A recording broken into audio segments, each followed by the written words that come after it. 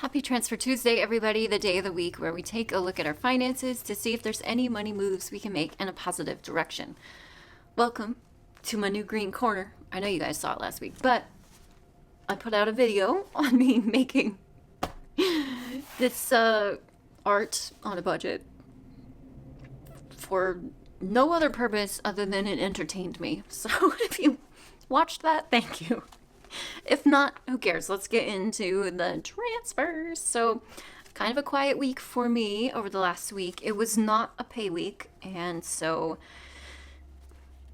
to be honest, I'm finding myself trying to pay a little bit closer attention, and obviously, I'm many years into my financial journey now. I pay very close attention to my finances every month, no matter what, but I am really realizing how tight things truly are for me. And that's just a combination of, taking that pay cut back in February when I transitioned jobs to the last 9-10 months since then. I've also been trying to move either into a different apartment or buy a house hack.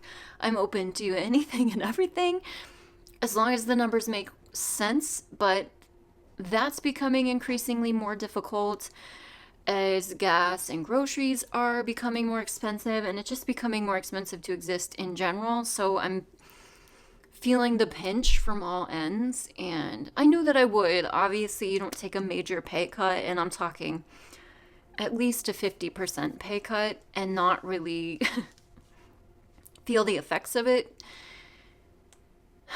The difference this time around is that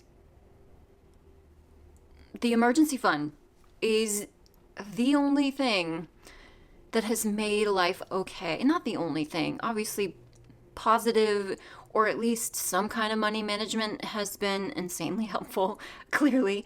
But also having, if push came to shove, right now what I have saved up is like 12 months of bare minimum emergency expenses, which is insanely amazing.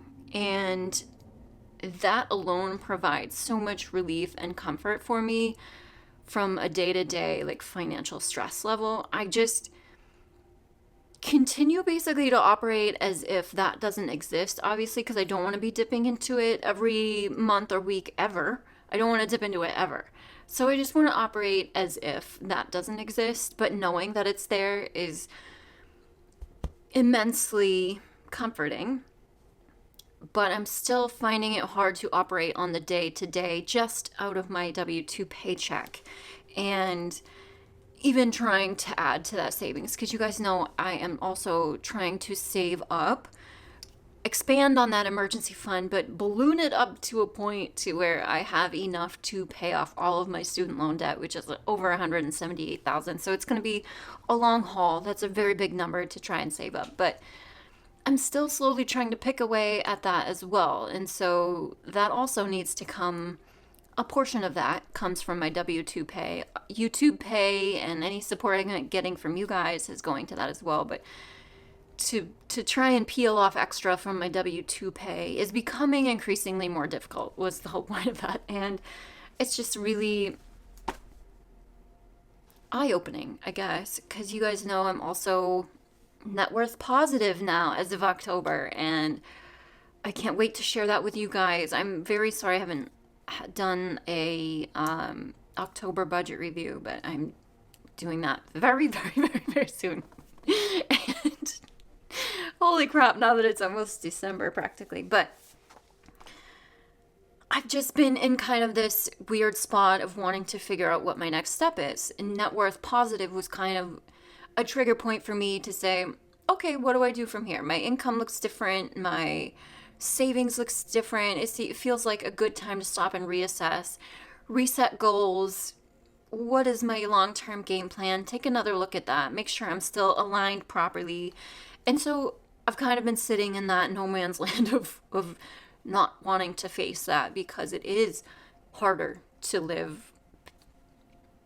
I don't want to say I'm living paycheck to paycheck, because that seems unfair from the true, genuine feeling of that paycheck to paycheck that I used to operate in when I had no savings and I was broke as hell. And so I'm not quite at that same level of paycheck to paycheck, but it's still hard. So I'm just trying to figure out what to do, how to move forward, and kind of how to lay all that out, because I'm very much a planner. I'm a game plan kind of person. I need like action steps that get me towards a goal. And so I've just been trying to figure out what that looks like. And it's been slow figuring that out and therefore communicating it to the world. So thank you for bearing with me, I guess, is the point of that. It's been several weeks now of me just stewing on that, and I'm still not. I wouldn't say I have a great game plan, but back to this week's transfers. So since last Tuesday, again, you guys, I am saving up for my student loan savings. We left last week with my student loan savings at $31,853, which is so cool. So let's throw it back to last Tuesday. I actually missed a transfer because I filmed, and then the transfer came in right after. So I'm sorry, Mark. But I've already explained it to you. But essentially, I missed a PayPal transfer from Mark. So Mark graciously sent me $25 via PayPal last Tuesday. It actually might have been Monday, but whenever. Immediately after I filmed last week's Transfer Tuesday. So we're going to add another $25 to that student loan savings, thanks to Mark. And then on the 14th, I did my monthly donation.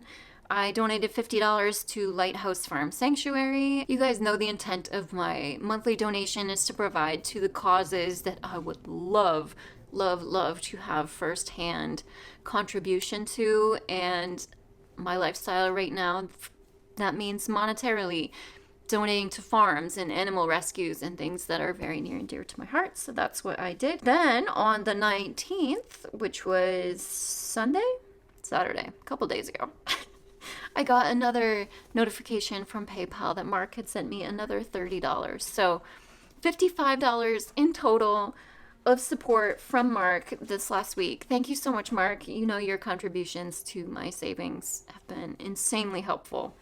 So adding $55 to that student loan savings balance brings it up to $31,908. 1 week at a time. And I'm so happy. You guys know that money is sitting in a high yield savings account, so it's growing interest for me. It's also a tough time of year. Obviously, I'm not even going down the rabbit hole of Black Friday shopping because I don't.